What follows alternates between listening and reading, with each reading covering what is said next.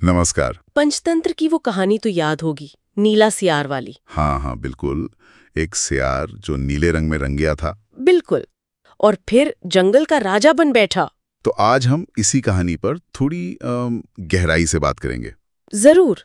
इसमें मतलब ऊपर से तो सीधी लगती है, पर कई परतें हैं। सही कहा।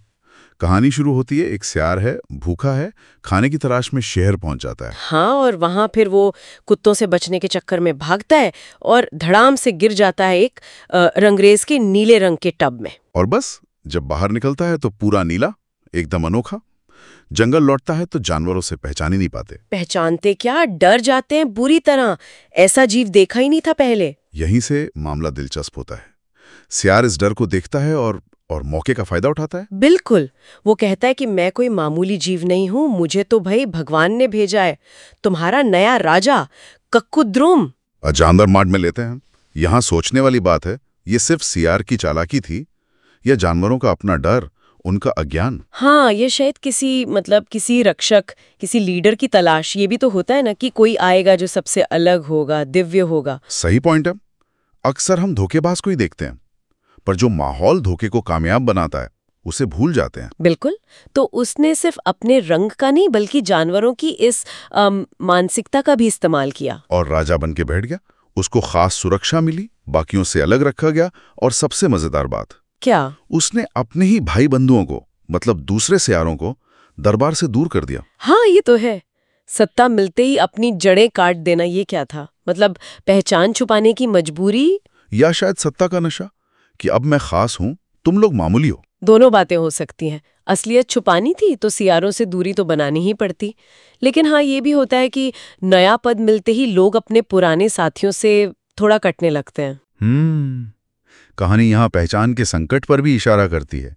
वो राजा बन के जी तो रहा था ठाठ से, पर क्या वो वाकई खुश था, या अंदर ही अंदर एक डर कि कहीं पोल न खुल जाए। हाँ, जिसे आजकल शायद इम्पोस्टर सिंड्रोम कहते हैं, कुछ वैसे ही शायद। खैर, ये राज ज्यादा दिन टिका नहीं। नहीं, कैसे टिकता। एक शाम दूर सियारों की आवाज आई, हुआ हुआ। और बस ये भाई साहब अपने शाही रुतबे के बावजूद खुद को रोक नहीं पाए। इनके अंदर का सियार जाग गया। हाँ, और लगा दिया जोर से हुआ हुआ का नारा। और खेल खत्म। बिल्कुल, सारी पोल खुल गई। शेर बाघ सब समझ गए कि अरे, ये तो अपना ही बिरादर है, हमें बेवकूफ बना रहा था इतने दिन से। यहाँ कहानी का एक और पॉइंट सामने आता है। आप बाहर से कितना भी बदल जाओ, आपकी असलियत, आपका स्वभाव, वो छुपता नहीं है।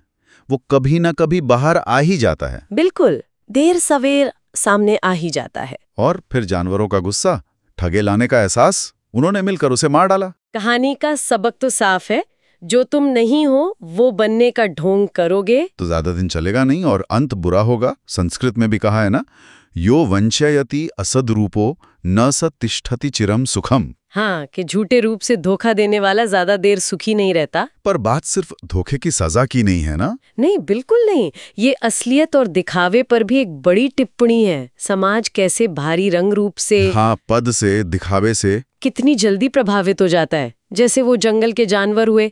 लेकिन अंत में क्या मायने रखता है? आपका असली चरित्र, आपका स्वभाव। और ये कहानी शायद ये भी कहती है कि अपनी पहचान को समझो, उसे स्वीकार करो, ढोंग मत करो। सही बात है। और एक और बात सोचने वाली है। क्या? जानवरों का रिएक्शन।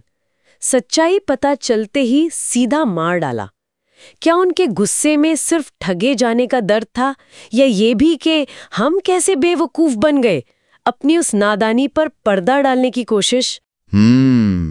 अच्छा पॉइंट है। मतलब अपनी जिम्मेदारी से बचना, कि हमने इतनी आसानी से यकीन क्यों कर लिया। हाँ, ये कहानी कई परतें खोलती है। ये सिर्फ एक व्यक्ति के धोखे की नहीं, बल्कि पूरे समूह के व्यवहार की कहानी है।